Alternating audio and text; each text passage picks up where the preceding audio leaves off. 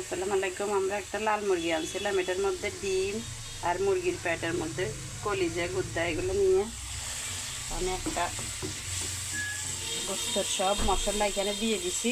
যত রকমের গোস্তর মশলা আছে সবগুলো দিয়ে দিছি।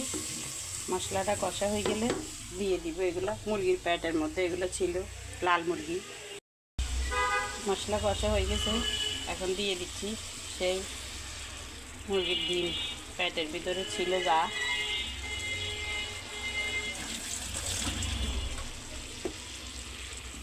আমরা এগুলা খাই, আপনারা কে কে খান বলবেন।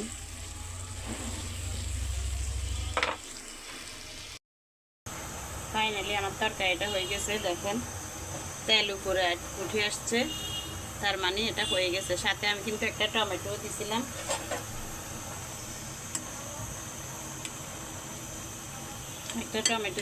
সাথে হয়ে গেছে তরকারিটা।